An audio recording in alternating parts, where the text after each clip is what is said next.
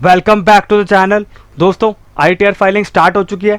I am sure आपने अपने सारे के सारे डॉक्यूमेंट्स रेडी करके ITR फाइल कर दिए होंगे। लेकिन दोस्तों, आज के वीडियो में हम लोग डिस्कस करेंगे due date of filing ITR, क्योंकि दोस्तों अभी भी बहुत सारे लोगों को कन्फ्यूजन है कि मेरा जो ड्यू डेट है वो ITR फाइलिंग का क्या रहने वाला है और मुझे ऑप्ट इन और ऑप्ट आउट कैसे करना है, पहले क्या हुआ करता था, अब कैसे करना है, और मुझे कौन सा फॉर्म ड्यू डेट से पहले भरना है जिससे कि मेरा जो है रिजीम वो एक ही रिजीम में मैं ऑप्ट कर पाऊँ। तो दोस्तों, पहले हम लोग due date of filing ITR देख लेते हैं, फिर हम लोग देखेंगे आगे कैसे कैसे उनको चूज करना है और कैसे उनको जो फॉर्म है वो आपको फाइल करना है प्रैक्टिकली। अब दोस्तों, पहला आपका रहेगा एक इंडिविजुअल HUF AOP BOI जिनका ऑडिट नहीं होता, उसकी जो ड्यू डेट आपकी रहने वाली है वो रहेगी आपकी 31 जुलाई 2024। अब दोस्तों, जिनका ऑडिट रहेगा उनकी जो डेट रहेगी वो 31 अक्टूबर 2024 रहने वाली है और उनकी जो ऑडिट फाइलिंग की डेट रहेगी वो रहेगी 30 सितंबर 2024। अब दोस्तों, अब यहाँ पे एक रिजीम के लिए ये दोनों डेट बहुत ही इंपॉर्टेंट है। रिवाइज रिटर्न 31 दिसंबर 2024 और बिलेटेड या लेट रिटर्न वो है 31 दिसंबर 2024। अब दोस्तों, इन्हीं डेट्स के अंदर हमको खेलना है। सिर्फ 1 और 3, एक और तीसरे ऑप्शन है उन्हीं में हमको खेलना है। 2 वाले को आप साइड कर दीजिएगा, क्योंकि ये नॉर्मल एक जो टैक्स पेयर होता है, सैलरीज या नॉर्मल वाले जो होते हैं उनके लिए क्या रहेगा, ये 1 ऑप्शन और 3rd ऑप्शन ही इंपॉर्टेंट रहने वाला है। अब दोस्तों, हमारे पास क्या है, 2 रिजीम है, ओल्ड रिजीम और न्यू रिजीम। अब दोस्तों, हम लोग दोनों एक एक करके डिस्कस कर लेते हैं, इनके फायदे और नुकसान क्या है। पहले हम लोग बात करेंगे ओल्ड रिजीम। अब दोस्तों, ओल्ड रिजीम की जो ड्यू डेट रहने वाली है वो रहेगी आपकी 31 जुलाई 2024। ITR 1, ITR 2 और ITR 4 जो फाइल करने वाले हैं ओल्ड रिजीम में, उनको क्या करना है, उनको 31 जुलाई से पहले अपना ऑप्शन चूज करके अपना रिटर्न भर देना है, वरना जो उनको डिडक्शंस थी वो उनको अलाउ नहीं होंगी। और उनको जो फॉर्म 10 IEA भरना है वो भी ड्यू डेट से पहले ही भरना होगा अगर आपको ओल्ड रिजीम में ऑप्ट करना है। अब दोस्तों, न्यू टैक्स रिजीम वालों के लिए क्या किया गया है, स्लैब रेट्स में बहुत सारे कट किए गए हैं, जिससे कि क्या किया गया है, उसको अट्रैक्टिव बना गया या आकर्षित बना गया है, जिससे कि बहुत सारे लोग हैं वो न्यू टैक्स रिजीम में चले जाए और जो उनके डिडक्शन से उनका लाभ ना उठा पाए। क्योंकि लोग बहुत सारे क्या करते हैं, फेक डिडक्शंस लेके क्या करते हैं, अपना ITR फाइल करते हैं।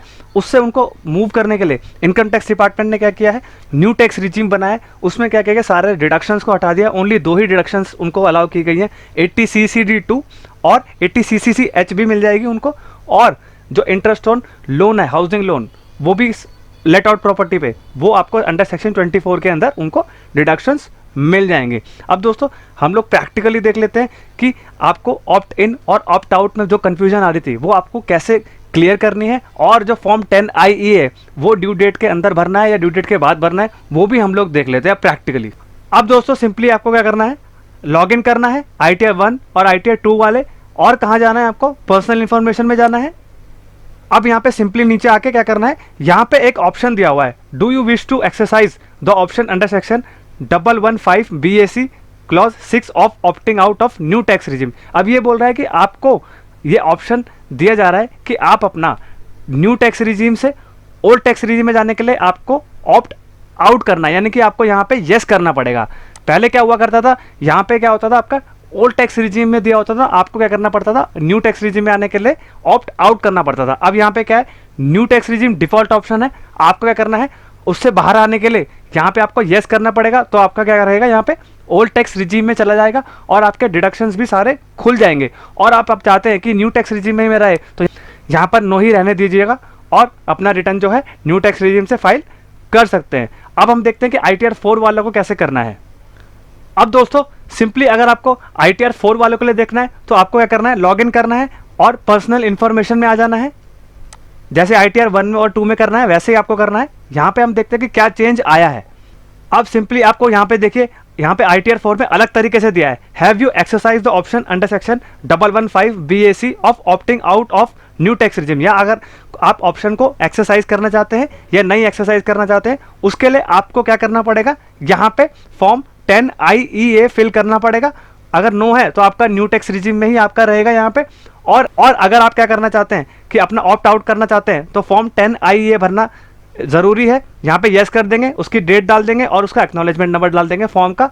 और yes beyond the due date, अगर आप बियॉन्ड द ड्यू डेट करना, अगर अपना फॉर्म भरेंगे, मुझे नहीं लगता कि ये ऑप्शन अगर आपको दिया जाएगा और आपको क्या करना पड़ेगा, आपको न्यू टैक्स रिजीम ही ऑप्ट करनी पड़ेगी। अब हम देख लेते हैं कि फॉर्म 10 IEA आपको कैसे भरना है। होम पेज पे आ जाना है, फिर यहाँ पे क्या करना है, ई फाइल में जाके इनकम टैक्स फॉर्म्स में आ जाना है। यहाँ पे क्या करना है, फाइल इनकम टैक्स फॉर्म, यहाँ पे क्लिक कर देंगे। अब यहाँ पे देखिए पहला ऑप्शन आपका आ रहा है determination of tax in certain special cases, form 10IEA, file now पे क्लिक कर देंगे और सिंपली आपको क्या करना है, यहाँ पे असेसमेंट ये चूज कर देना है, कंटिन्यू कर देना है। यहाँ पे पूछ रहा है आपसे आपकी बिजनेस एंड प्रोफेशन की इनकम है, यस, और आपकी ड्यू डेट क्या है, 31 जुलाई रहने वाली है अगर आपको ओल्ड टैक्स रिजिम में जाना है, कंटिन्यू।